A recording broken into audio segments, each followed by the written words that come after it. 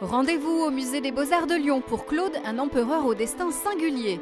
Cette expo met en lumière la vie et le règne de l'empereur. Plus de 150 œuvres à voir, statues, bas-reliefs, camées, peintures, restitutions 3D et photographies de l'artiste Ferrante Ferranti.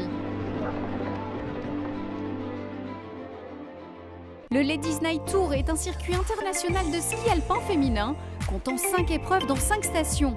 Épreuves d'exhibition en slalom parallèle, nocturne, ludique, avec la participation des meilleures skieuses tricolores. Méribel accueillera la première étape le 23 et Courchevel la deuxième le 27 décembre. Le programme sur ladiesnighttour.fr.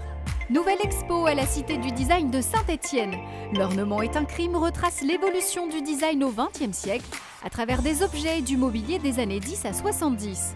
Les visiteurs découvriront des références au patrimoine industriel et au design régional à travers près de 2000 pièces. À voir jusqu'au 6 janvier.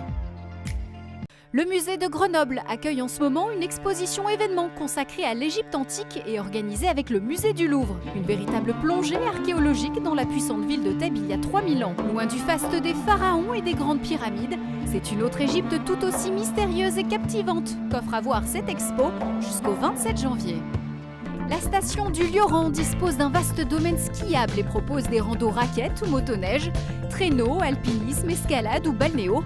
Tout un programme de loisirs pour un séjour en famille au cœur du parc naturel régional des volcans d'Auvergne. Saison du 22 décembre au 7 avril. Alexis, c'est bon, tu peux tout arrêter. C'est tout nickel ça. Élu monument préféré des Français en 2014, le monastère royal de Brou à Bourg-en-Bresse est ouvert pour une visite historique dans ses bâtiments monastiques construits autour d'une église et de 3 cloîtres. L'étage abrite le musée des beaux-arts et d'art décoratif. Les expos temporaires sont aussi régulièrement organisées, avis donc aux amateurs.